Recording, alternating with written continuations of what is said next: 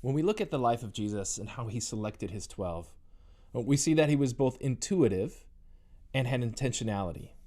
He was deliberate.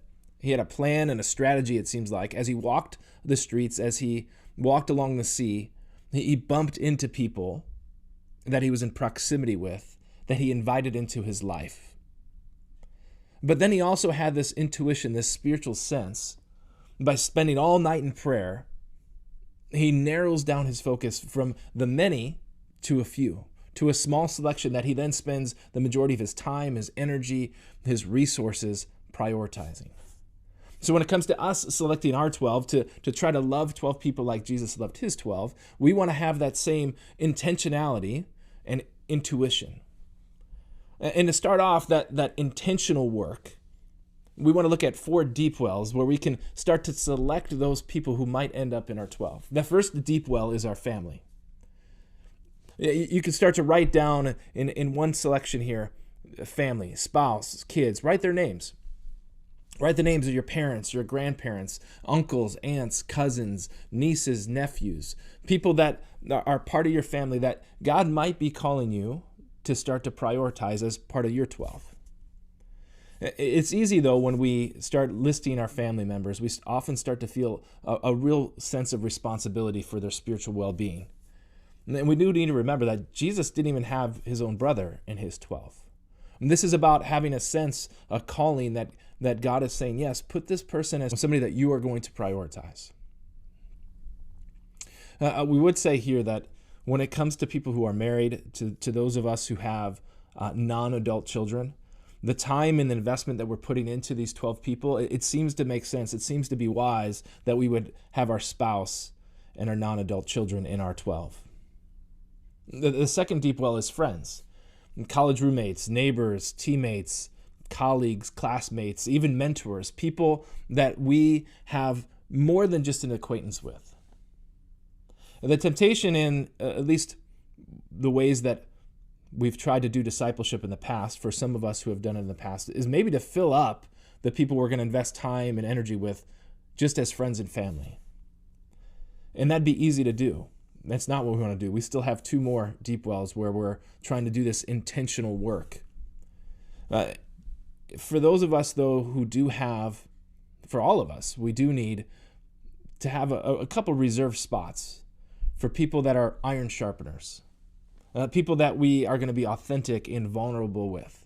People that can challenge us and that we can challenge in return. The third deep well is the 3 L's, the least, the lost, and the lonely. People who are experiencing economic or spiritual or social margins in their life.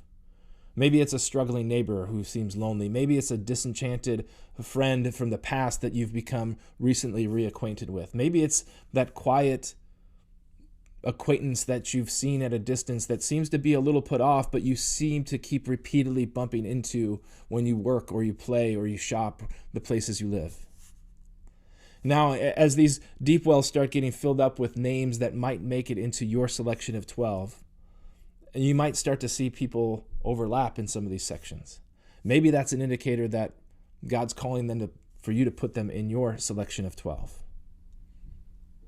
The last deep well is your Judas. Who's your Judas? Who's someone in your life that has caused you pain or maybe just is a pain? Somebody who's difficult to love or maybe difficult to understand. Maybe it's a person that we would just like to keep at a safe distance, keep out of that list of 12. And maybe that's a call for us to love them like Jesus loved Judas.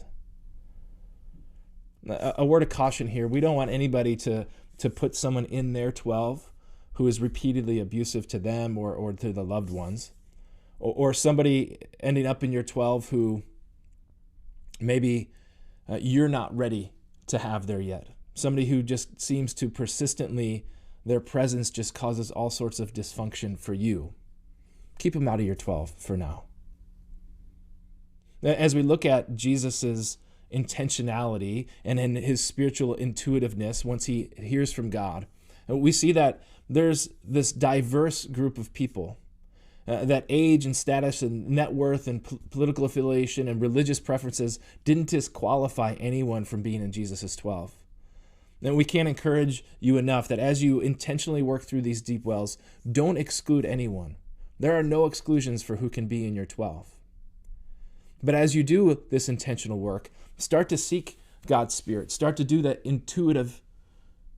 You're doing the intentional work. Start to do the intuitive work too.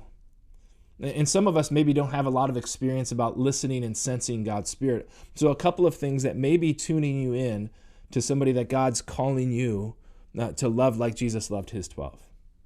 Maybe it's circumstances.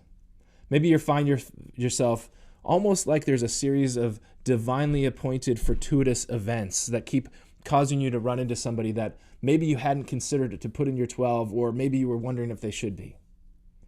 Or maybe it's while you're spending time in prayer or scripture or reflection that you have these repeated reminders of somebody. They seem to have a burden in your mind. Or maybe a memory of them keeps popping up. And the last one would just be your gut.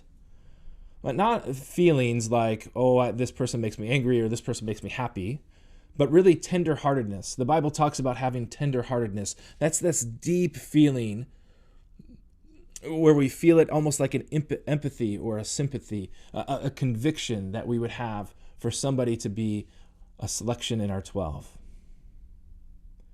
These are going to be the people that you have a sense that God is calling you to prioritize and to pursue and to invest in with greater intentionality. And you might start to feel a little overwhelmed with that. Like, wow, 12 people, that's a lot. Or I don't know if I can narrow it down to 12. Or I don't know if I even have 12 that I could feel a sense of that with. And here's the thing. You don't need to have your list filled to get started. You could just start with one. So the first S in the 5S basic training is to select 12. To start that selection, to be intuitive as you ask God in prayer, but also to be intentional. So start working on that 4 deep wells. Deliberate. Be deliberate about filling up, listing those names out. And then seek God. And then see what happens.